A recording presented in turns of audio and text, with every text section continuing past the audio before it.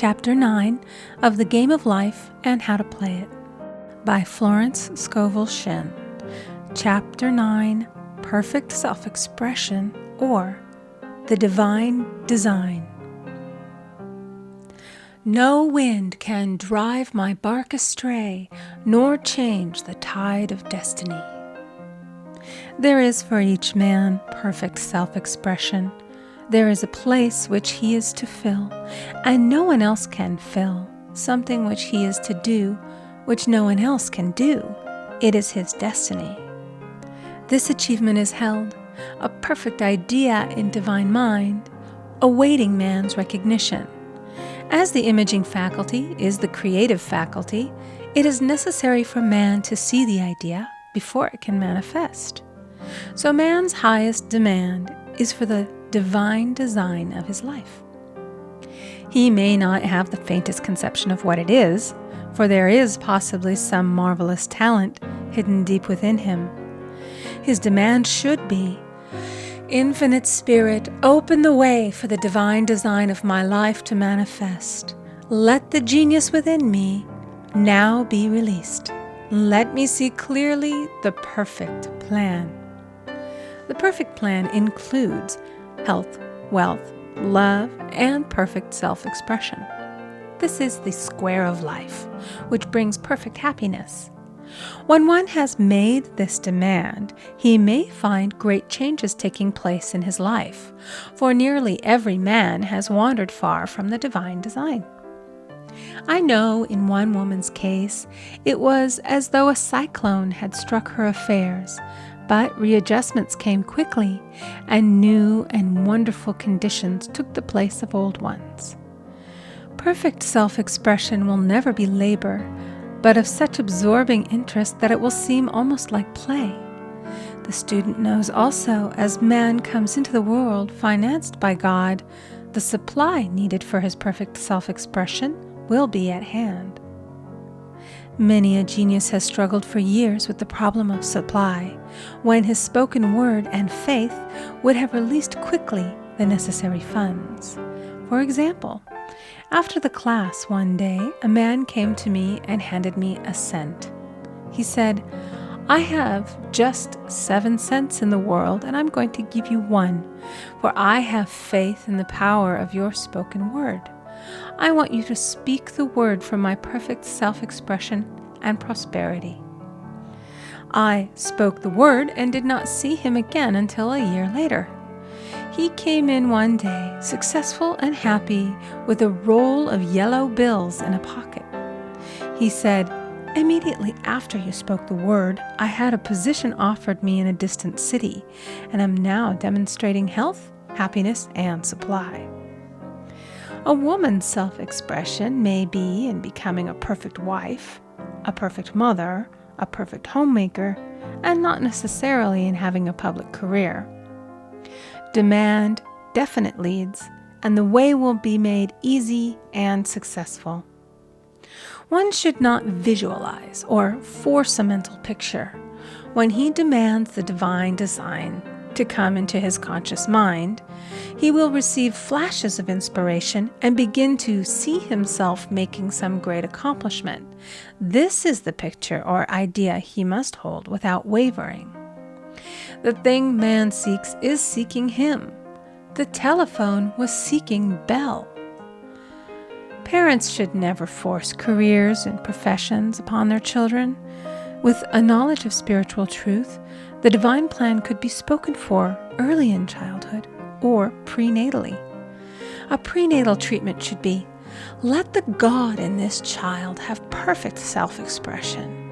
Let the divine design of his mind, body, and affairs be made manifest throughout his life, throughout eternity. God's will be done, not man's. God's pattern, not man's pattern, is the command we find running through all the scriptures, and the Bible is a book dealing with the science of the mind. It is a book telling man how to release his soul or subconscious mind from bondage. The battles described are pictures of man waging war against mortal thoughts. A man's foes shall be they of his own household. Every man is Jehoshaphat, and every man is David, who slays Goliath, mortal thinking, with the little white stone, faith. So man must be careful that he is not the wicked and slothful servant who buried his talent. There is a terrible penalty to be paid for not using one's ability. Often, fear stands between man and his perfect self-expression. Stage fright has hampered many a genius. This may be overcome by the spoken word or treatment. The individual then loses all self-consciousness and feels simply that he is a channel for infinite intelligence to express itself through. He is under direct inspiration, fearless and confident, for he feels that it is the Father within who does the work. A young boy came often to my class with his mother. He asked me to speak the word for his coming examinations at school. I told him to make the statement, "I am one with infinite intelligence. I know everything I should know on this subject." He had an excellent knowledge of history, but was not sure of his arithmetic. I saw him afterwards, and he said, "I spoke the word for my arithmetic and passed with the highest honors, but I thought I could depend upon myself for history and got a very poor mark." Man often receives a setback when he is too sure of himself, which means he is trusting to his personality and not the Father within. Another of my students gave me an example of this. She took an extended trip abroad one summer, visiting many countries where she was ignorant of the languages. She was calling for guidance and protection every minute, and her affairs went smoothly and miraculously. Her luggage was never delayed nor lost. Accommodations were always ready for her at the best hotels, and she had perfect service wherever she went. She returned to New York. Knowing the language, she felt God was no longer necessary, so looked after her affairs in an ordinary manner. Everything went wrong. Her trunks delayed, amid inharmony and confusion. The student must form the habit of practicing the presence of God every minute. In all thy ways acknowledge Him. Nothing is too small or too great. Sometimes an insignificant incident may be the turning point in a man's life. Robert Fulton, watching some boiling water simmering in a tea kettle, saw a steamboat. I have seen a student often keep back his demonstration through resistance or pointing the way. He pins his faith to one channel only and dictates just the way he desires the manifestation to come, which brings things to a standstill. My way, not your way, is the command of infinite intelligence. Like all power, be it steam or electricity, it must have a non-resistant engine or instrument to work through, and man is that engine or instrument. Over and over again, man is told to stand still. O Judah, fear not, but tomorrow go out against them, for the Lord will be with you. You shall not need to fight this battle. Set yourselves, stand ye still, and see the salvation of the Lord with you. We see this in the incidents of the $2,000 coming to the woman through the landlord when she became non-resistant and undisturbed, and the woman who won the man's love after all suffering had ceased. The student's goal is poise. Poise is power, for it gives God power a chance to rush through man, to will and to do its good pleasure. Poised, he thinks clearly and makes right decisions quickly. He never misses a trick. Anger blurs the visions, poisons the blood, is the root of many diseases, and causes wrong decision, leading to failure. It has been named one of the worst sins, as its reaction is so harmful. The student learns that in metaphysics, sin has a much broader meaning than in the old teaching. Whatsoever is not of faith is sin. He finds that fear and worry are deadly sins. They are inverted faith, and through distorted mental pictures bring to pass the thing he fears. His work is to drive out these enemies from the subconscious mind. When man is fearless, he is finished. Maeterlinck says that man is God afraid. So, as we read in the previous chapters, man can only vanquish fear by walking up to the thing he is afraid of. When Jehoshaphat and his army prepared to meet the enemy, singing, "Praise the Lord, for his mercy endureth forever," they found their enemies had destroyed each other, and there was nothing to fight. For example, a woman asked a friend to deliver a message to another friend. The woman feared to give the message, as the reasoning mind said, "Don't get mixed up in this affair. Don't give that message." She was troubled in spirit, for she had given her promise. At last she determined to walk up to the lion and call on the law of divine protection. She met the friend to whom she was to deliver the message. She opened her mouth to speak it when her friend said, "So-and-so has left town." This made it unnecessary to give the message, as the situation depended upon the person being in town. As she was willing to do it, she was not obliged to. As she did not fear, the situation vanished. The student often delays his demonstration through a belief in incompletion. He should make this statement: "In divine mind, there is only completion. Therefore, my demonstration is completed. My perfect word, my perfect home, my perfect health." Whatever he demands are perfect ideas registered in divine mind and must manifest under grace in a perfect way. He gives thanks he has already received on the invisible and makes active preparation for receiving on the visible. One of my students was in need of a financial demonstration. She came to me and asked why it was not completed. I replied, "Perhaps you are in the habit of leaving things unfinished, and the subconscious has gotten into the habit of not completing. As the without, so the within." She said, "You are right. I often begin things and never finish them. I'll go home and finish something I commenced weeks ago, and I know it will be symbolic of my demonstration." So she sewed assiduously, and the article was soon completed. Shortly thereafter, the money came in a most curious manner. Her husband was paid his salary twice that month.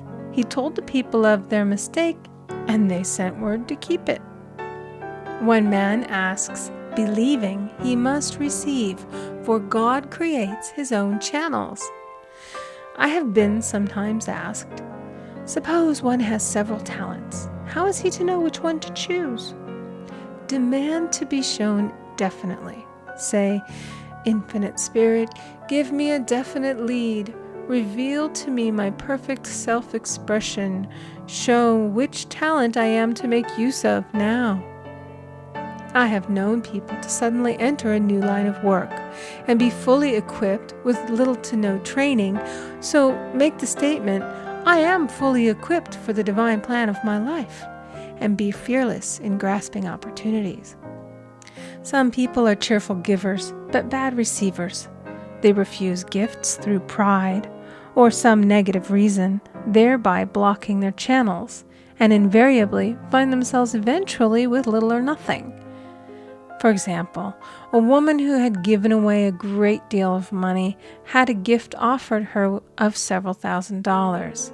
She refused to take it, saying she did not need it. Shortly thereafter, her finances were tied up, and she found herself in debt for that amount. Man should receive gracefully the bread returning to him upon the water. Freely ye have given, freely ye shall receive. There is always the perfect balance of giving and receiving, and though man should give without thinking of returns, he violates law if he does not accept the returns which come to him, for all gifts are from God, man being merely the channel. A thought of lack should never be held over the giver. For example, when the man gave me 1 cent, I did not say, "Poor man, he cannot afford to give me that." I saw him rich and prosperous, with his supply pouring in. It was this thought which brought it.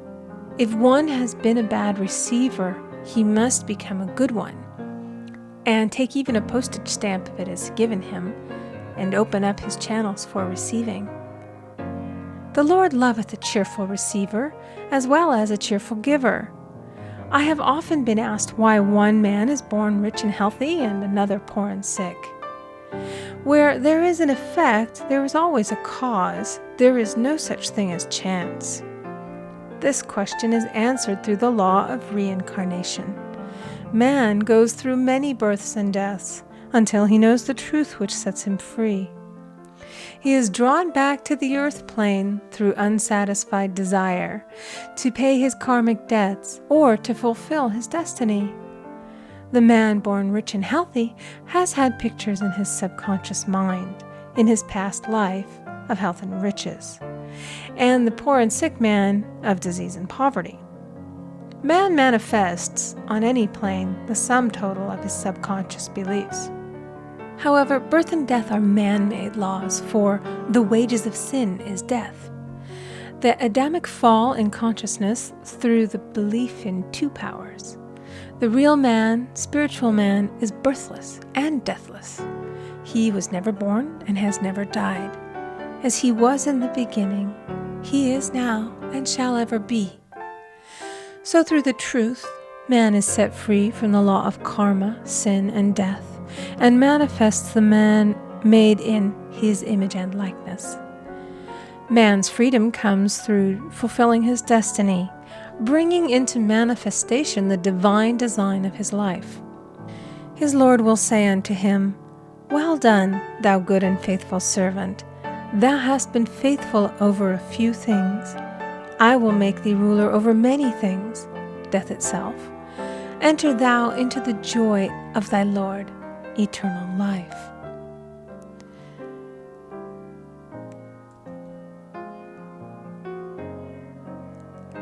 End of Chapter 9. Recording by Amy Conger.